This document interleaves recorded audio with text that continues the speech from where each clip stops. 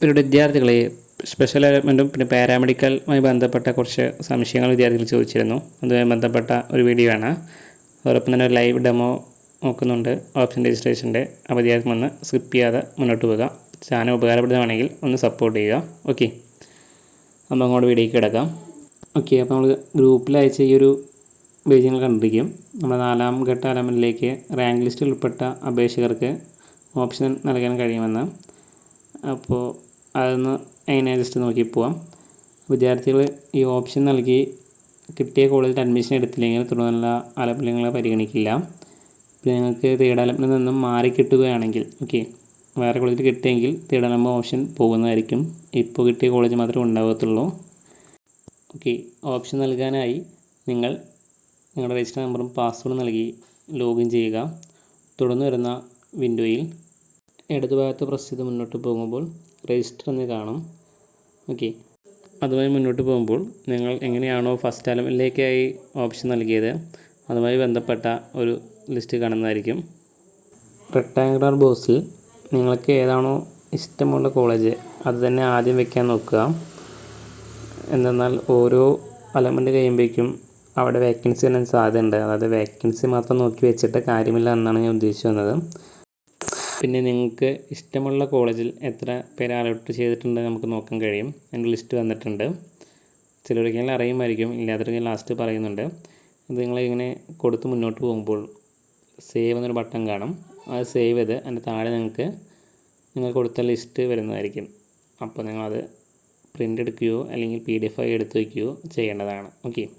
26-ാം തീയതി 4 മണി വരെ നിങ്ങൾക്ക് എത്ര വേണമെങ്കിലും എഡിറ്റ് ചെയ്യാവുന്നതാണ്. അപ്പോൾ വിദ്യാർത്ഥികൾ ശ്രദ്ധാപൂർവ്വം കൊടുക്കുക. പിന്നെ ലാസ്റ്റ് എഡിറ്റ് ചെയ്യുമ്പോൾ നിങ്ങൾ എന്തായാലും സേവ് ചെയ്യുന്നുണ്ടോ എന്ന് ഉറപ്പുവരുത്തേണ്ടതാണ്. അല്ലെങ്കിൽ ആ മാറ്റം അവിടെ വരുന്നതല്ല. അങ്ങനെ നിറയെ വിദ്യാർത്ഥികൾക്ക് സംഭവിച്ചിട്ടുണ്ട്.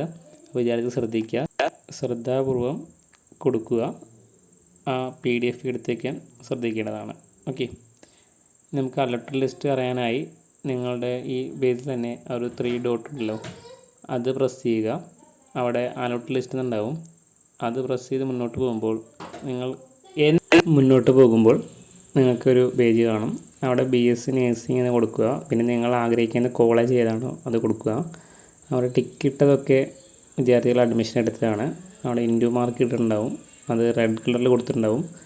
അപ്പോൾ അത് അലോട്ടഡ് ആയിട്ടില്ലാത്ത വിദ്യാർത്ഥികളുടെയാണ്. അപ്പോൾ അതൊരു വേക്കൻ്റായി കിടക്കുന്ന സീറ്റാണ്. അങ്ങനെ നോക്കാവുന്നതാണ്. പിന്നെ NOCയുടെ കാര്യം പറയുന്നുണ്ട്. മെറിറ്റ് സീറ്റിൽ അഡ്മിഷൻ ചെയ്ത വിദ്യാർത്ഥികൾക്ക് NOC അപ്ലോഡ് ചെയ്യേണ്ട ആവശ്യം വരുന്നില്ല. പിന്നെ സെൽഫ് ഫിനാൻസിങ് കോളേജിലാണെങ്കിൽ അവർ എന്തായാലും നിർബന്ധമായും NOC അപ്ലോഡ് ചെയ്യേണ്ടതാണ്. പിന്നെ എന്തെങ്കിലും സംശയങ്ങളുണ്ടെങ്കിൽ നിങ്ങൾക്ക് താഴെ കാണുന്ന വാട്സപ്പ് ഗ്രൂപ്പിൽ ജോയിൻ ചെയ്തു കമൻറ്റ് സെക്ഷൻ വഴിയോ ചോദിക്കാവുന്നതാണ്. പിന്നെ നമുക്കിനി പാരാമെഡിക്കൽ എൻ്റെ ഡീറ്റെയിൽസിലേക്ക് പോകാം. നേഴ്സിങ്ങിന് അപ്ലൈ ചെയ്ത വിദ്യാർത്ഥികൾക്ക് പാരാമെഡിക്കൽ കോഴ്സിലേക്ക് അപ്ലൈ ചെയ്യാൻ കഴിയുമോ എന്ന് ചോദിച്ചിരുന്നു. കഴിയുന്നതാണ്. നിങ്ങൾക്ക് അപ്ലൈ ചെയ്യാൻ പറ്റും. അപ്പോൾ ഏതൊക്കെ കോഴ്സുകളിൽ എത്ര കോളേജിലുണ്ട് ജസ്റ്റ് ഒന്ന് കോഡൊക്കെ നോക്കി വെച്ചോളൂ. ഞാൻ സ്ക്രീനിൽ കാണിക്കുന്നതായിരിക്കും. BSc അനസ്തേഷ്യ ടെക്നോളജി ഒരു കോളേജാണ്. അതിൻ്റെ കോഡ് MMA എന്ന് വരുന്നത്. പിന്നെ കോഴ്സ് കോഡും ഉണ്ട്, അതൊക്കെ നോക്കേണ്ടതാണ് നിങ്ങൾ. പിന്നെ മെറിറ്റ് സീറ്റും മാനേജ്മെൻറ്റ് സീറ്റും 3 പിന്നെ BSc മെഡിക്കൽ ബയോ കെമിസ്ട്രി വരുന്നുണ്ട്. അതിന് 2 കോളേജാണ് ഇരിക്കുന്നത്. പിന്നെ അതിൻ്റെ കോളേജ് കോഡും പിന്നെ കോഴ്സിൻ്റെ കോഡും സീറ്റും ജസ്റ്റ് നോക്കാവുന്നതാണ് നിങ്ങൾ.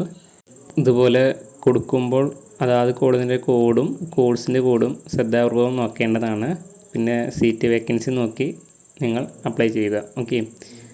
അതിൻ്റെ PDF ഗ്രൂപ്പിൽ ജോയിൻ ചെയ്ത് ചോദിച്ചാൽ ഞാൻ നൽകുന്നതായിരിക്കും. അല്ലെങ്കിൽ നിങ്ങൾക്ക് സൈറ്റ് വഴിയും ലഭിക്കുന്നതായിരിക്കും. സൈറ്റിൽ കൊടുത്തിട്ടുണ്ട്.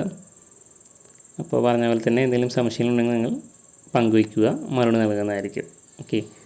അപ്പോൾ ചാനൽ ഉപകാരപ്രദമാണെങ്കിൽ സപ്പോർട്ട് ചെയ്യുക. Thank you for watching.